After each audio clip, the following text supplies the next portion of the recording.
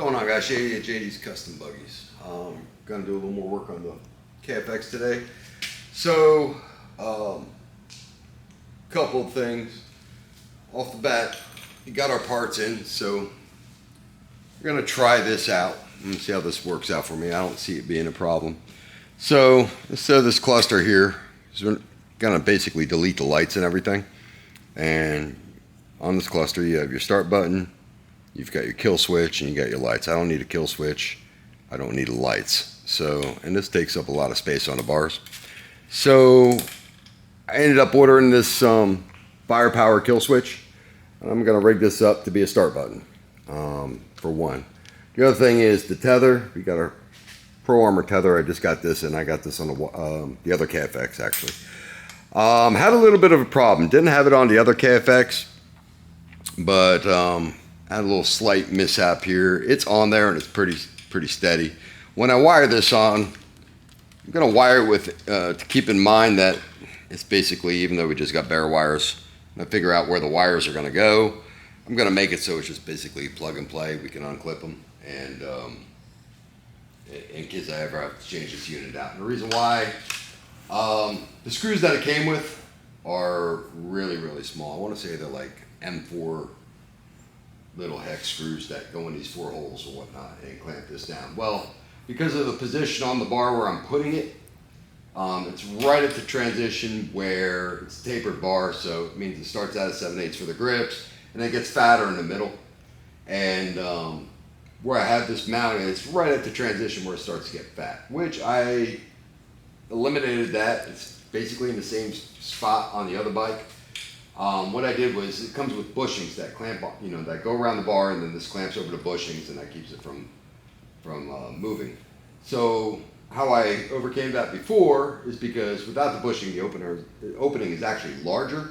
I actually cut the bushings in half, so there's only half a bushing in there, and that way it goes over the skinny part, and as it gets fatter, then the natural opening basically takes over. When last time I did it, when I clamped it down, it tightened up. Well, what happened here was it started pulling the plastic threads out.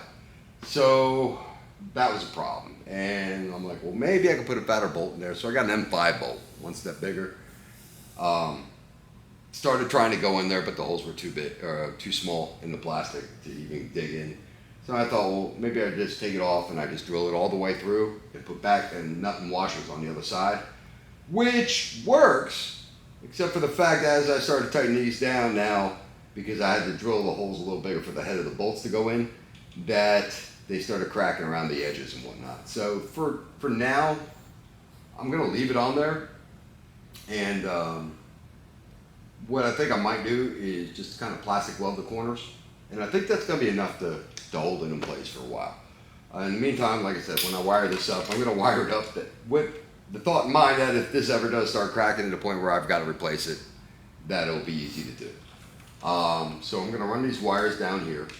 I've seen this done, just to clarify, on the other bike, wiring up the kill tether. I've seen it done. I looked up some YouTube videos and whatnot. Sometimes that's just like, hopefully this channel is for you, the best resource for me also. So I wanted to see what other people were doing.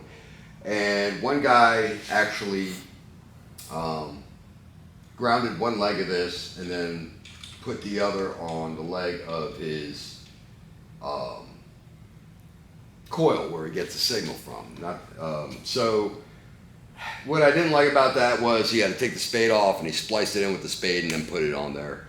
I actually traced the wire back on the other bike, figured out which wire was under here, and I'll show you how I did it. And basically I didn't want there to be a mess with the coil. If I want to take the coil off, I just want the coil to come off and replace the coil. So I didn't want additional wires on there. So that worked out pretty good. And what I'm planning on doing, what I'm going to try and do, is figure out which of these wires in the cluster is the start. And then there should only be 2 wires to go to the solenoid, and then make these 2 wires do the same thing. You're basically just completing a circuit to activate the solenoid. So it should be an pretty easy deal. Number 3, we're going to relocate the battery. The battery in the stock position is here in front of the motor. So the battery, you can see the positive cable is basically just long enough to go right here. And then the motor ground back here goes up front. I hate this setup. I hate the idea of it. Just hate it. I don't know why. It looks goofy. I like the YFZ, it's under the seat. I know on older Hondas, I believe they are like on a tray, hanging off of here, and leads me to my next thing. I did look this up last year when I first bought this bike. It was like, yeah, it'd be cool to relocate the battery, okay. And I saw a guy do it, and what he did was he bought a TRX450 battery tray, I guess, and he installed it here on the subframe, so now the battery's hanging over here. I'm not super hip on that idea either. Two reasons why. We have an Elka shock that we're going to put on here. The reservoir on the stock shock is actually right in here. You can see it right there, and that's where the clickers are. You make your adjustments.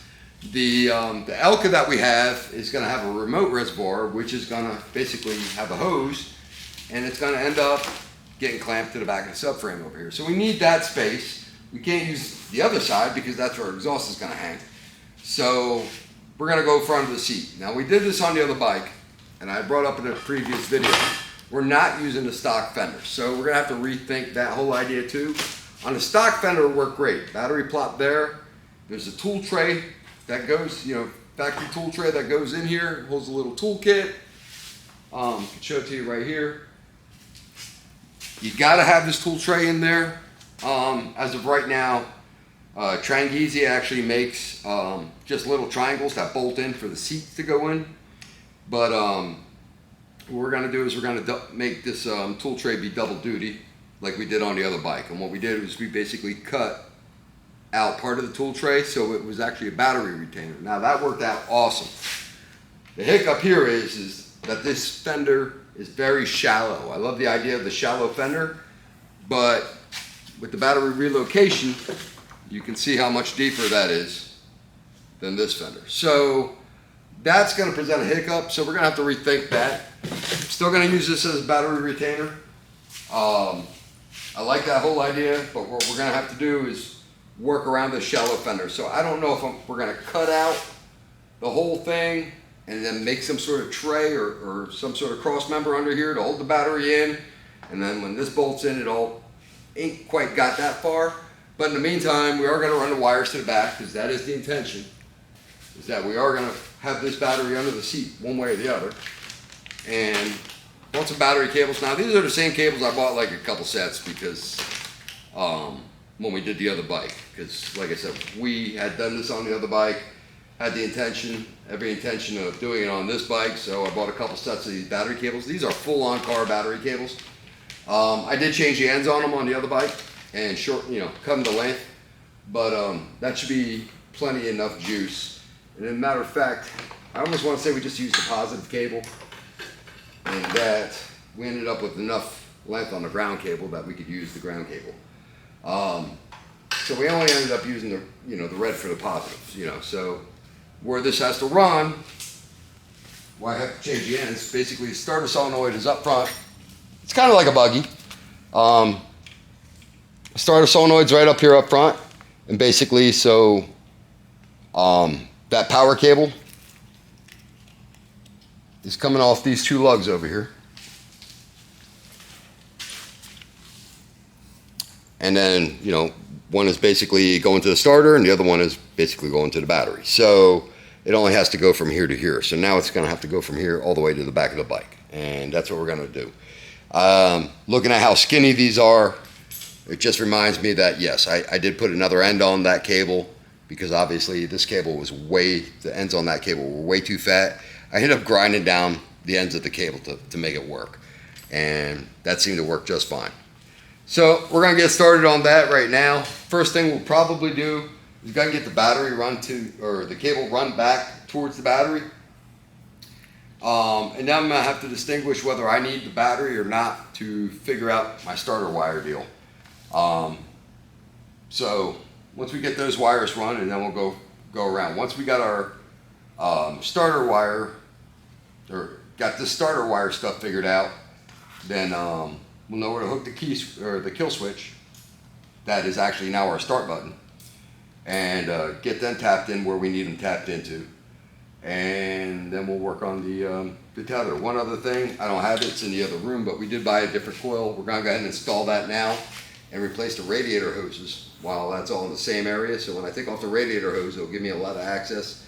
This coil was really a pain. I tried to take it off on the other bike, but it was a pain because the bike was still assembled and whatnot. So with the gas tank on there, it's really hard to get to, but with the tank off, this will give us access to everything we need. So we'll get started now.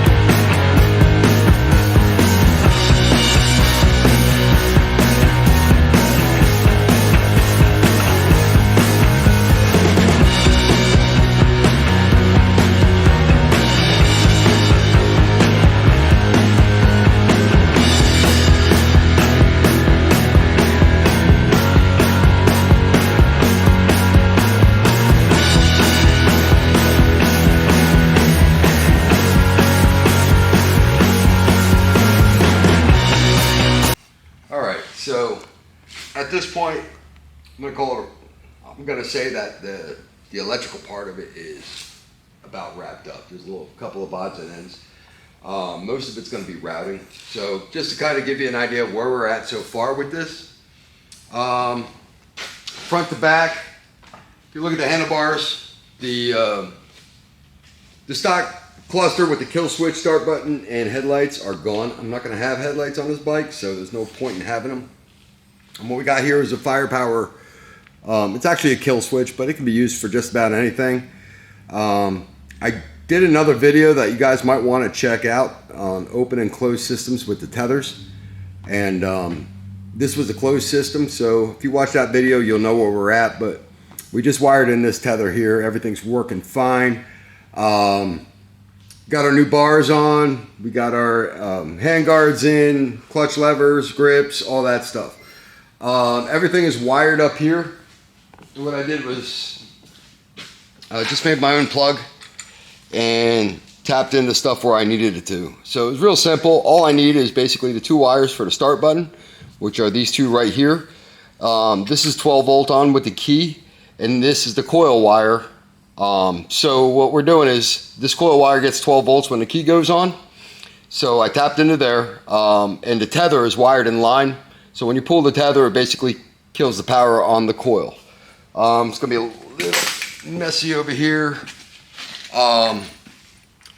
You can't really see it, but the stock coil is on the floor, and we put a Dynatech. It's something I found. I know nothing about it, but I figured if I'm putting this much in the bike and the bike is stripped down, the coil is easy to get to. Comes with its own bracket, basically wired right up. I just took the